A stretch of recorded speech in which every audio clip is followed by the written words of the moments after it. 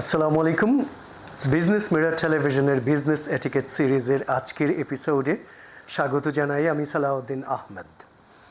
আমরা কথা বলছিলাম জুম মিটিংয়ের কিছু এটিকেট নিয়ে, পয়েন্ট নিয়ে।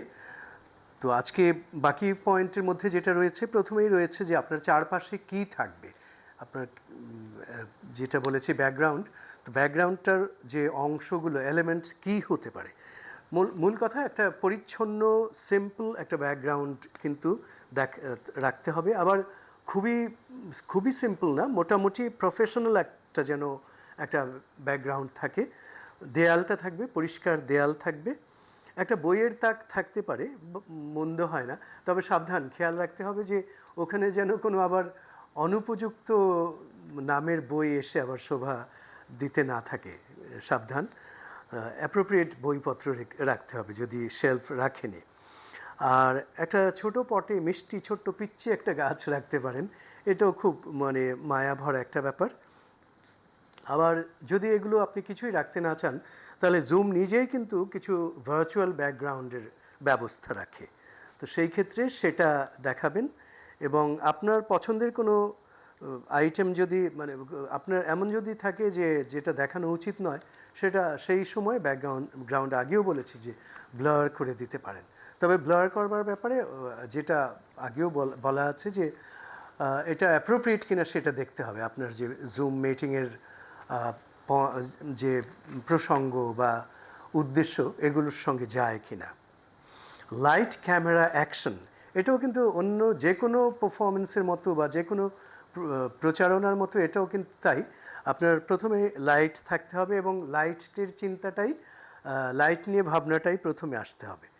দেখবেন যেন আপনার সামনে থেকে যথেষ্ট পরিমাণে বা যথেষ্ট রকম লাইট এসে, যথেষ্ট মানের লাইট এসে আপনার মুখ এবং প্রয়োজনীয় এলাকাগুলোর ওপর পড়ে।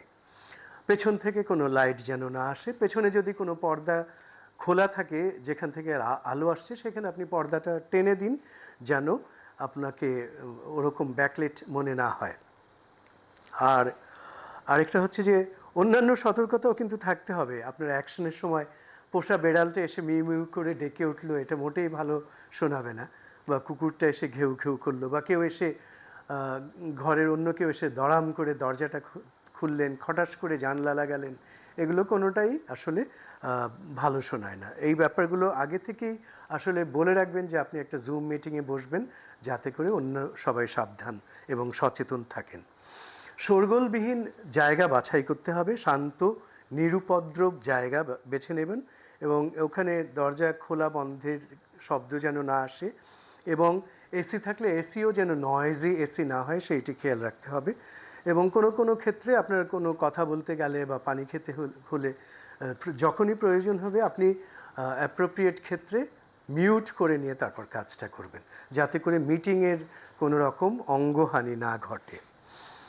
হোনিং জুম প্রেজেন্টেশন স্কিল, এটা হচ্ছে জুম প্রেজেন্টেশন তো স্কিল এমনিই হয়, সাধারণত দেখে দেখে শেখা হয়। তবুও এটা হোন করা বা শার্প করে নেওয়ার দরকার আছে। আপনি ওটা সানিয়ে নিলে, শানিত করে ফেললে হয় কি, তখন জুমের যত রকম সুবিধাগুলো আছে বা জুম বা এই জাতীয় অন্যান্য অ্যাপগুলোর সেই সুবিধাগুলোর সবটাই আপনি আসলে কাজে লাগাতে পারেন, সদ্ব্যবহার করতে পারেন। যেমন হাততালি দেওয়ার আইটেম আছে, থামস আপ দেওয়া দেখানো যায়, স্ক্রিন শেয়ারিং করা যায়, বা অ্যানোটেট শেয়ার্ড কন্টেন্ট, এরকম কিছু হাইটেক ব্যাপার স্যাপার আছে, ওগুলো ইয়ে করা যায়। চ্যাটকে কাজে লাগানো যায়, বা কুইক পোল, তারপর আপনি you can solicit feedback in chat, ওটাও করতে পারেন। এগুলো একটু হাই, আমি অত ডিটেইলে যেতে পারবো না, কিন্তু আপনারা যদি প্রয়োজন মনে করেন, এবং আমি মনে করি যে জুম মিটিং ঠিকভাবে মানে করতে চাইলে, কন্ডাক্ট করতে চাইলে এই সমস্ত যত রকম সুবিধে আছে এগুলোর সঙ্গে আপনাদের পরিচয় থাকা উচিত, এবং এগুলো যথোপযুক্তভাবে ব্যবহারও আপনাদের করা উচিত। যেমন আরেকটা আছে যে ভিডিও ব্রেকআউট রুমে নিয়ে সমস্ত অংশগ্রহণকারীদের আলাদা আলাদা ভাগে ভাগ করে নেওয়া, এগুলো ইন্টারভিউর সময় করা হয়। তো এগুলো যেন সময় মানে প্রয়োজন মতো আপনি করতে পারেন। আপনি যদি ইফ ইউ হোন ইউর জুম প্রেজেন্টেশন স্কিল, তাহলে এটা আপনার পক্ষে সহজ হবে। স্ক্রিন শেয়ারিং যখন করছেন তখন অন্যরা মনোযোগ দিয়ে দেখছেন কিনা, এটা খুব একটু হাইটেক একটা বিষয় আছে। এটা হচ্ছে যে zoom অ্যাটেন্ডিজ attention tracking feature. Zoom অ্যাটেন্ডিজ attention tracking feature, এটা হচ্ছে অ্যাটেন্ডিজ যারা রয়েছেন আপনার দর্শক বা শ্রোতা, অংশগ্রহণকারী, তারা তাদের অ্যাটেনশনটা আপনি ট্র্যাক করতে পারেন ওই ফিচারটার মাধ্যমে। যে কোনো ক্ষেত্রেই আসলে আপনার তাদের মনোযোগ আকর্ষণ করতে হবে এবং তা ধরে রাখতে হবে, এবং সেই সমস্ত করতে হবে আপনাকে অবশ্যই রুচিসম্মত প্রফেশনাল ওয়েতে। অন্য কোনো ওয়েতে করলে কিন্তু এটা আপনার ইমেজকে নষ্ট করবে, ইমেজকে ডেন্ট করবে। আপনি জুম মিটিং অ্যাটেন্ড করবেন বা হোস্ট করবেন কি দাঁড়িয়ে না বসে? সম্ভব হলে আসলে দাঁড়িয়ে করাটাই ভালো। সেই ক্ষেত্রে আপনাকে সেটা আপনাকে যেমন ডায়নামিক এনার্জেটিক রাখে, আপনাকে দেখায়ও বেশ ডায়নামিক এবং এনার্জেটিক। সেটার একটা ইম্প্যাক্ট কিন্তু আপনার অ্যাটেন্ডিদের মধ্যে পড়ে। তো যদি আপনি দাঁড়িয়ে করতে মনস্থ করেন, সিদ্ধান্ত নেন, সেই ক্ষেত্রে অবশ্যই একটা স্ট্যান্ডিং ডেস্ক রাখতে পারেন।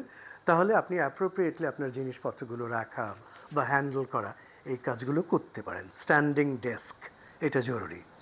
আপনি কাছে বসবেন না দূরে বসবেন, বা দূরে বসলেও কত দূরে বসবেন, এগুলো খুব ইম্পর্ট্যান্ট।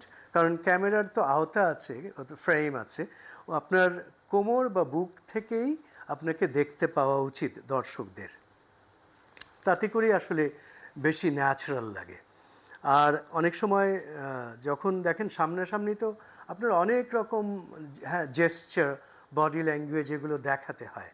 তো জুমেও আপনি যতদূর সম্ভব, অতখানি না হলেও যতখানি সম্ভব ততখানি যেন দেখতে পাওয়া যায়, সেইভাবে ক্যামেরাটা দূরত্বে নিয়ে যাবেন, মানে ততখানি অংশ আপনি আপনার ফ্রেমের মধ্যে নিয়ে আসবেন। আর যেটা হচ্ছে যে আসলে কথা তো ঠিক যে আপনার দর্শকরা কিন্তু আপনার মুখ বা চেহারা, চশমা এগুলো দেখেন না, আগেও বলেছি, ওনারা দেখেন আপনাকে। সুতরাং আপনি যেভাবে আসবেন ক্যামেরাতে, ততটুকুনি আনতে হবে আপনাকে নিজেকে। আর শেষ ইয়েটা হচ্ছে যে নিজেই হয়ে যান নিজের ক্রিটিক বা সমালোচক এবং কোচ। এটা হচ্ছে যে আপনি জুম মিটিং যেটা করলেন সেটা রেকর্ড করবেন যতদূর সম্ভব, সবসময় না হলেও প্রায়শই রেকর্ড করে এটা আপনি আবার পরে আলাদা করে দেখবেন, খুব মনোযোগ দিয়ে দেখবেন এবং খুব কড়া সমালোচকের দৃষ্টি নিয়ে দেখবেন কোথায় কি ভুল হচ্ছে, কোনটা অ্যাভয়েড করা যেত, কোনটা যোগ করা যেত, হয়নি যোগ করা, এগুলো খুব ভালো করে দেখে নোট রাখবেন এবং প্র্যাকটিস করবেন। তাহলে দেখা যাবে যে পরের বার জুম মিটিংটা আপনার সত্যি সত্যি আরও ভালো ইফেক্টিভ হলো। এই নিয়ে আমরা আসলে, আপনি যখন দেখবেন ক্রিটিকের চোখে, তখন দেখবেন যে আপনার কথাটা খুব দ্রুত বলে ফেলছেন কিনা, নাকি আস্তে বলছেন, ধীরে বলছেন, উচ্চগ্রামে বলছেন কিনা কিংবা নিম্নগ্রামে বলছেন, মানে ভলিউম, স্পিড, পেস, এই সমস্ত কিছু খেয়াল রাখতে হবে। এবং কোনো বাড়তি শব্দ উ এগুলো বেশি বলছেন কিনা, এগুলো কিন্তু দেখতে হবে। এই প্রসঙ্গে একটা কথা একটু বলে দিই আপনাদের, একটা পরামর্শ, ফ্রেন্ডলি অ্যাডভাইস। আমি মাঝে মাঝে এখানে পাবলিক স্পিকিংয়ের জন্যে বাংলাদেশে চালু হয়েছে যে টোস্ট মাস্টার্স ইন্টারন্যাশনাল, যেটা টোস্ট মাস্টার আন্দোলনের বাংলাদেশে এদের বোধহয় 15-20টা শাখা ক্লাব খোলা হয়েছে, টোস্ট মাস্টার্স ক্লাব। ওখানে আমি মাঝে মাঝে রিভিউয়ার হয়ে যাই, গ্রামারিয়ান হয়ে যাই। তো ওখানে ওরা খুব খুব চমৎকার করে আয়োজনটা করেন। ওনারা হয়তো মাসে একটা বা দুটো মিটিং করেন, মিটিংগুলো খুবই গোছালোভাবে হয়, খুবই ফর্ম্যাটেড, এবং ওখানে 17 জন সম্ভবত রোল প্লেয়ার থাকেন। একটা মিটিং হলেই 17 জন লোককে 17টা আলাদা আলাদা আলাদা আলাদা রোলে কাজ করতে হয়। কেউ গ্রামারিয়ান, কেউ টাইম কিপার, এরকম, কেউ কাউন্টার, কতবার করলেন, এইরকম বিষয়গুলো ওনারা দেখে দেখে তারপর ওনারা পাবলিক স্পিকিং শেখেন এবং সুন্দর করে কথা বলা শেখেন। টোস্ট মাস্টার্স ইন্টারন্যাশনালের আপনারা আসলে এটা দেখতে পারেন। দেখে আমি কাউকে দেখেছি যে খুব দ্রুত তারা পাবলিক স্পিকিংয়ে উন্নতি করেছেন। তো যেটা বলছিলাম যে আপনি নিজেই নিজের সমালোচক হয়ে যান, ক্রিটিক হয়ে যান। আরেকটা কাজ করতে পারেন, ঘনিষ্ঠ বন্ধু যারা একটু সচেতন, সিনসিয়ার, তাদের কাছেও আপনার রেকর্ডিংটা পাঠান। নিজের মতামতটাই শুধু নিজের মতামতের উপরেই শুধু ভরসা করবেন না। সবসময় two heads are better than one head. একজন বন্ধুর কাছে পাঠালেন এবং তার কাছ থেকে আপনি অনেস্ট ফিডব্যাক চাইবেন, চেয়ে সেগুলোর ওপর ভালো করে দেখে আপনি অবশ্যই আপনার ক্রমশ উন্নতি করতে থাকবেন জুম মিটিং হ্যান্ডলিংয়ে। আপনার ভবিষ্যৎ সবগুলো জুম মিটিং আরও সুন্দর হোক, এই কামনা করে আজকের এপিসোড শেষ করছি। দেখা হবে বন্ধুরা পরের কোনো এপিসোডে। সেই পর্যন্ত ভালো থাকুন।